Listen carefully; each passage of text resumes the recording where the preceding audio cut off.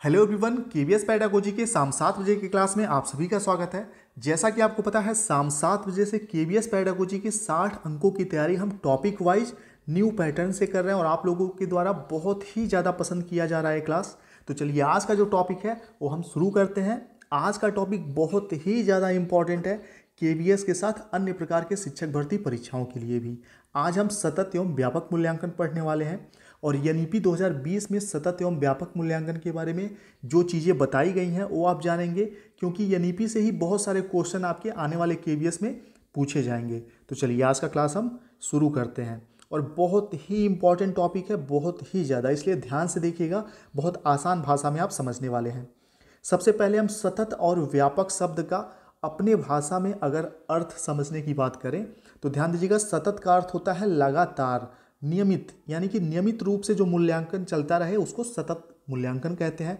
व्यापक क्या होता है? व्यापक का अर्थ होता है ऐसा मूल्यांकन जो बच्चे के सभी पक्षों पर, सभी क्षेत्रों पर ध्यान केंद्रित करता हो। जैसे कि कोई बच्चा है तो उसका संज्ञानात्मक क्षेत्र है, उसका नैतिक क्षेत्र है, उसका सामाजिक पहलू है, ठीक है। तो बहुत सारे पहलुएं हैं बच्चों के विकास से रिलेटेड, तो सभी पहलुओं पर ध्यान अगर केंद्रित किया जाएगा मूल्यांकन में तो उसको व्यापक मूल्यांकन कहा जाएगा। तो सतत का अर्थ आप समझ गए, सतत यानी कि लगातार या नियमित, और व्यापक यानी कि जो सभी पक्षों पर ध्यान केंद्रित करता हो। ऐसा नहीं कि सिर्फ संज्ञानात्मक पक्ष पर ही ध्यान केंद्रित करे।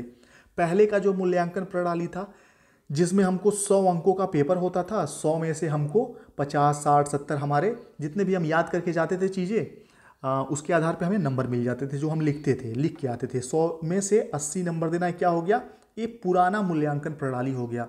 लेकिन सतत एवं व्यापक मूल्यांकन में सिर्फ, और हाँ, ये जो 100 में से 80 नंबर देने वाली बात है ये सिर्फ संज्ञानात्मक पक्ष का ध्यान रखता है, यानी कि बच्चे का दिमाग कितना तेज है, कितना उसने रटा, कितना पढ़ा, कितना सीखा।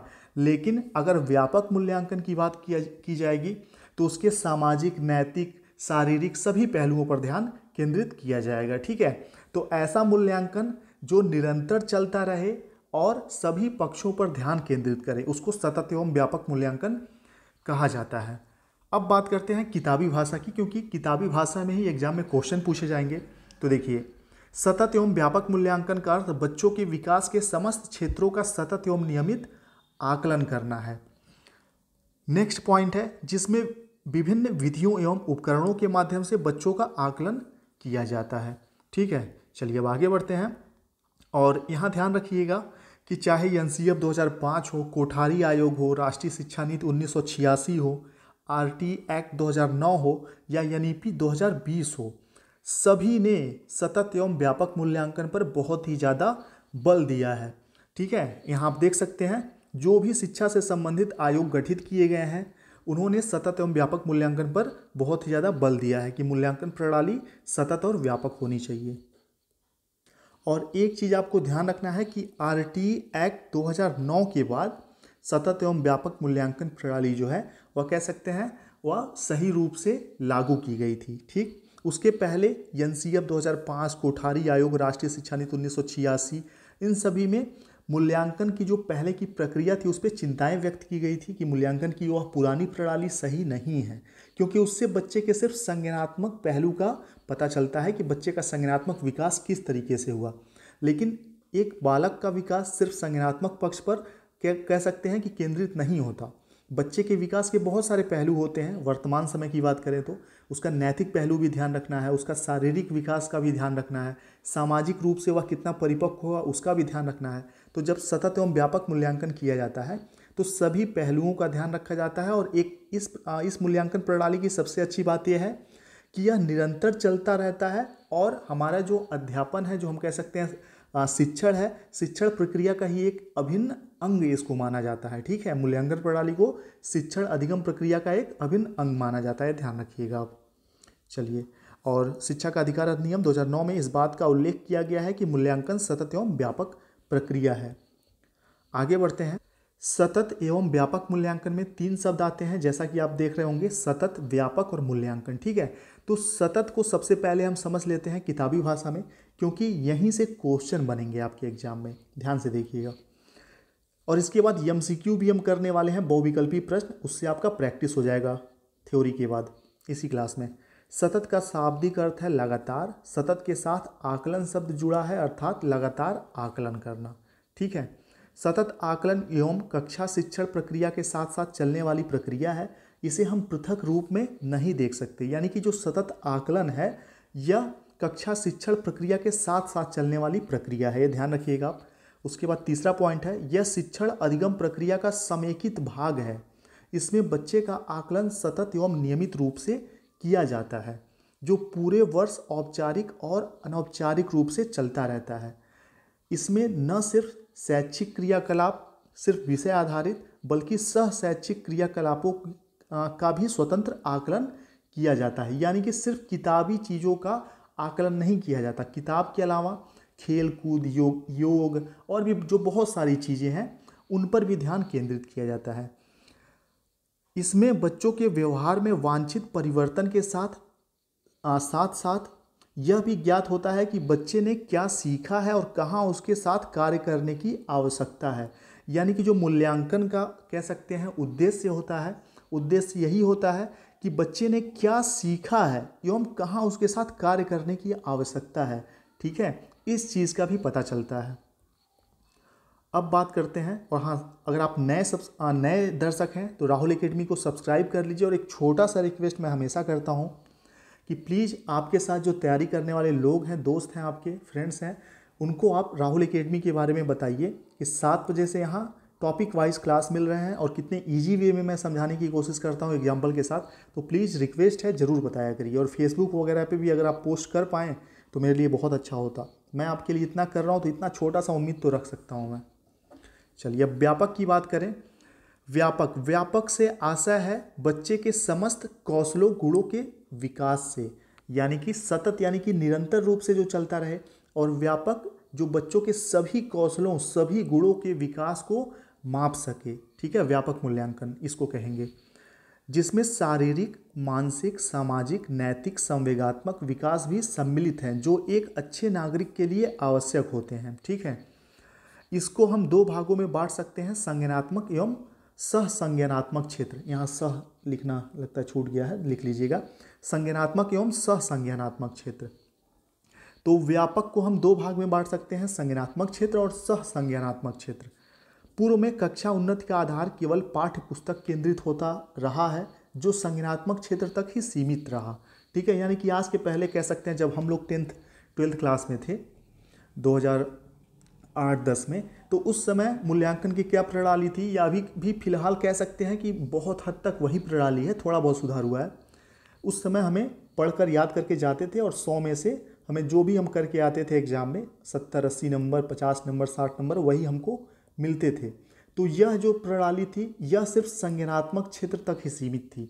लेकिन वर्तमान समय में जो सतत एवं व्यापक मूल्यांकन है, इनके अलावा नैतिक, संवेगात्मक, सामाजिक, शारीरिक सारे पक्षों का ध्यान रखा जाता है मूल्यांकन में।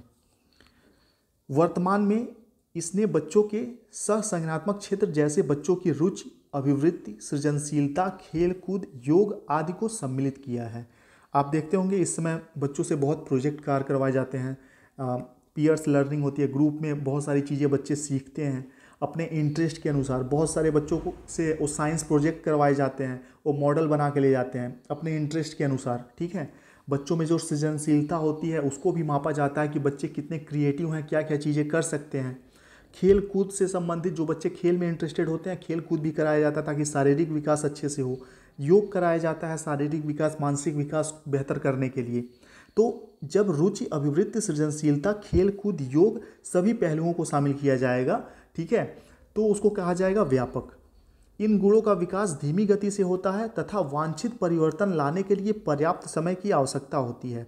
व्यापक आकलन अवलोकन, चर्चा, साक्षात्कार आदि के माध्यम से किया जा सकता है। यानी कि जो व्यापक आकलन होता है वह किसके माध्यम से किया जा सकता है? अवलोकन, चर्चा, इंटरव्यूज यानी कि साक्षात्कार आदि के माध्यम से किया जाता है। और जो साक्षात्कार यहाँ वर्ड आया तो उससे एक मुझे चीज़ याद आ गया। देखिए, बहुत से लोगों के दिमाग में केवीएस की तैयारी को लेके कॉन्फिडेंस नहीं आ पा रहा होगा। रीज़न ये है कि सोच रहे होंगे एग्जाम क्वालिफाई कर लेंगे, लेकिन इंटरव्यू कैसे क्वालिफाई करेंगे।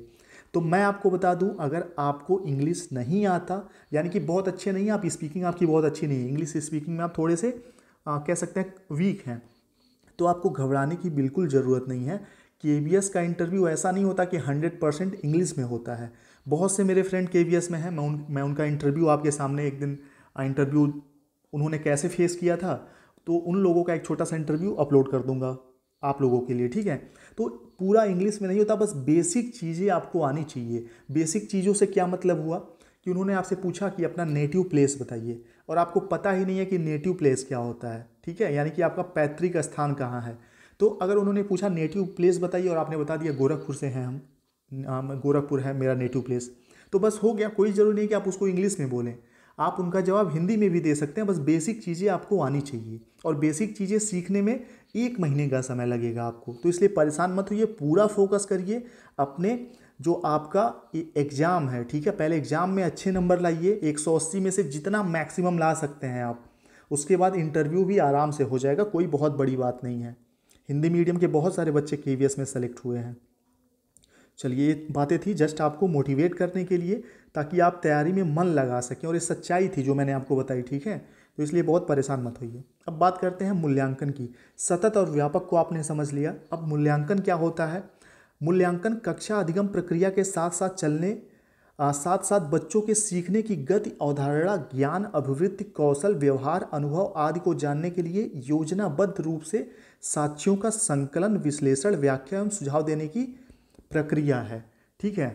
अब देखिए, इसको आसान भाषा में समझ लेते हैं।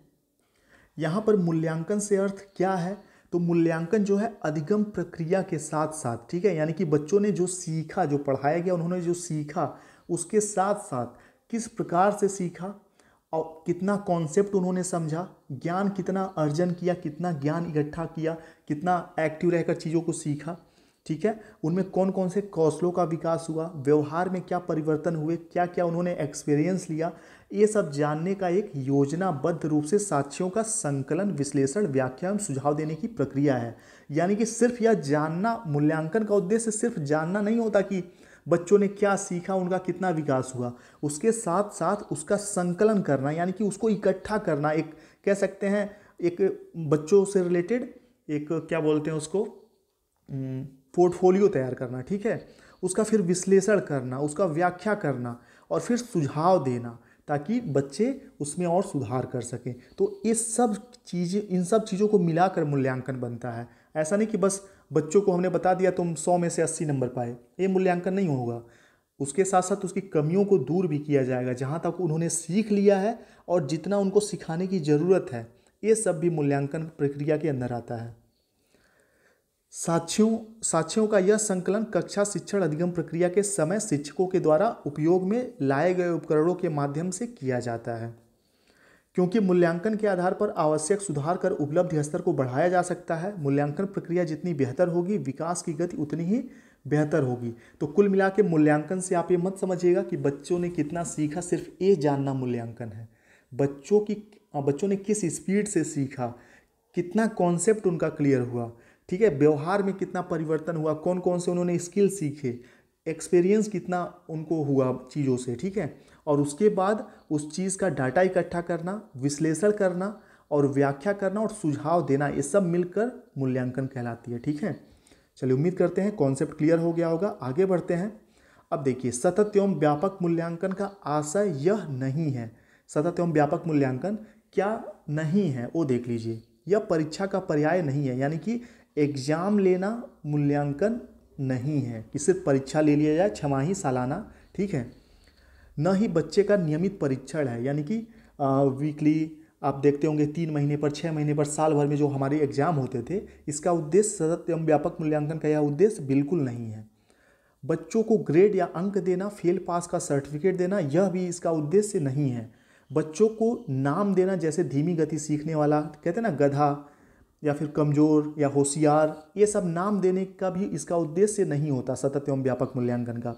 बच्चों को भय या दबाव में अध्ययन के लिए प्रेरित करना भी इसका उद्देश्य नहीं होता। जो हमारे टाइम पे मूल्यांकन की प्रक्रिया थी, एग्ज़ाम मार्च में होते थे, ठीक है, बोर्ड के एग्ज़ाम मार्च में होते थे लगभग। तो मार्च में एग्ज़ाम होते थे, तो जनवरी फरवरी से हम प्रेशर में आ जाते थे। क्यों? क्योंकि एग्ज़ाम को पास करना ज़रूरी होता था नेक्स्ट क्लास में जाने के लिए, ठीक है। तो इसलिए प्रेशर को दूर करने के लिए सतत एवं व्यापक मूल्यांकन प्रणाली लाई गई है। बच्चे की प्रगति की तुलना करना भी इसका उद्देश्य नहीं होता। तो ये सब उद्देश्य नहीं है। और एग्जाम में आपको पता है बहुत सारे ऐसे क्वेश्चन आते हैं जहाँ पूछा जाता है कि इस चीज़ का कौन सा आंसर सही नहीं होगा। ठीक है, जैसे क्वेश्चन आ सकता है कि सतत एवं व्यापक मूल्यांकन का उद्देश्य इनमें से कौन सा नहीं है, तो ये आपको पता होना चाहिए। चलिए, इस बात पे सभी लोग लाइक कर दीजिए एक बार वीडियो को, रिक्वेस्ट है।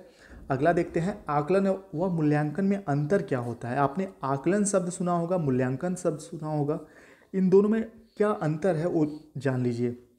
असेसमेंट और इवैल्यूएशन में, ठीक है, यानी कि मूल्यांकन इवैल्यूएशन और असेसमेंट यानी कि आकलन। तो आकलन, यहाँ एक छोटा सा मैं एग्जांपल आपको देना चाहूँगा, एक छोटी सी स्टोरी के रूप में आप समझने की कोशिश करिए। जैसे हमें घर बनवाने के लिए ज़मीन खरीदना है, ठीक है, तो हम, ये क्या है, रास्ता है, ठीक, और यहाँ पर हमारा ज़मीन है, ठीक, ये है जो ज़मीन हम खरीदने वाले हैं, ऐसे रास्ता गया हुआ है, ठीक। तो ज़मीन हम खरीदने गए, तो ज़मीन का जो प्रॉपर्टी डीलर है उन्होंने हमसे क्या कहा कि आपको यह 2000 रुपये स्क्वायर फीट ज़मीन मिल जाएगा।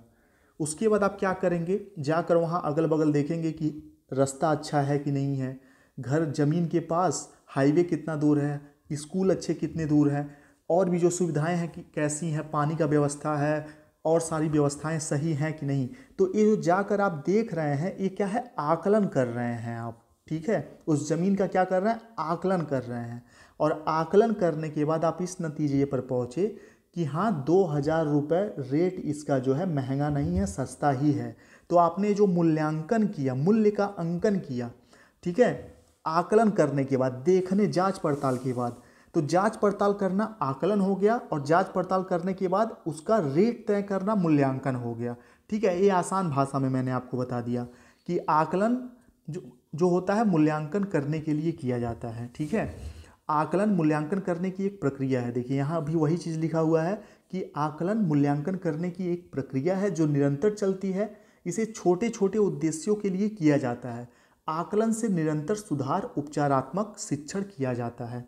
ठीक, और मूल्यांकन क्या है, विशिष्ट उद्देश्यों के लिए आकलन के आधार पर लिया गया निर्णय मूल्यांकन है। जैसे कि आपने ज़मीन देखा और फिर आपने कहा 2000 रेट इसका महंगा नहीं है, सस्ता ही है, तो ये जो आप निर्णय आपने लिया, फीडबैक जो दिया, वो क्या है, मूल्यांकन है। मूल्यांकन द्वारा शिक्षकों को, पालकों को एवं बच्चों को फीडबैक प्राप्त होता है।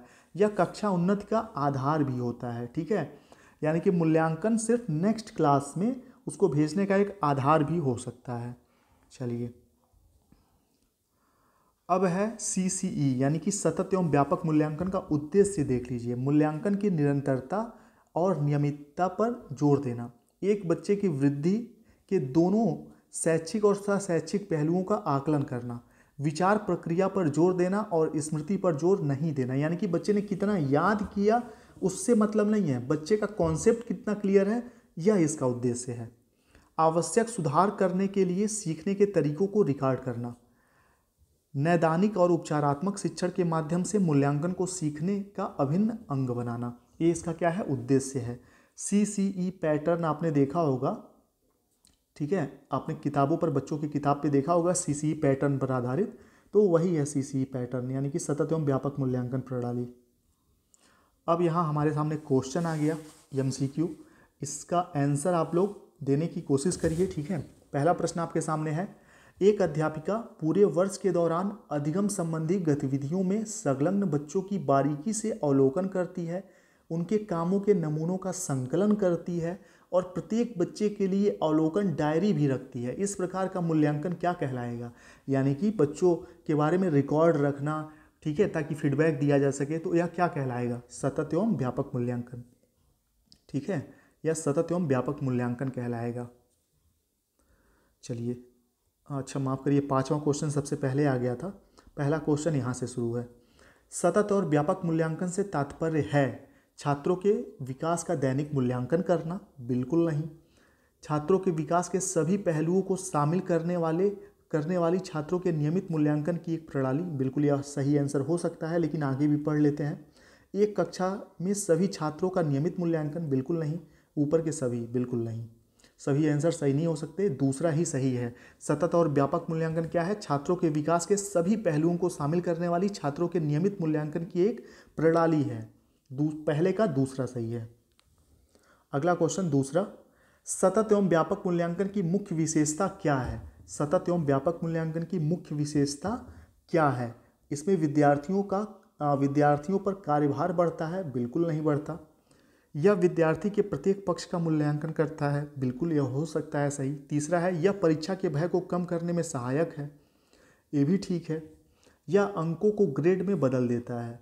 ठीक है, ये भी ठीक है, लेकिन बहुत ज़्यादा ठीक नहीं है। पहला और तीसरा तो कट गया, अब बचा दूसरा और तीसरा। पहला और चौथा कट गया, बचा दूसरा और तीसरा। इसमें से ये एक आंसर सही होगा, तो सही आंसर आपने खुद सोच लिया होगा, दूसरे का दूसरा सही है। यह विद्यार्थी के प्रत्येक पक्ष का मूल्यांकन करता है। ठीक है, इसी विशेषता यह है कि विद्यार्थी के प्रत्येक पक्ष का मूल्यांकन करता है।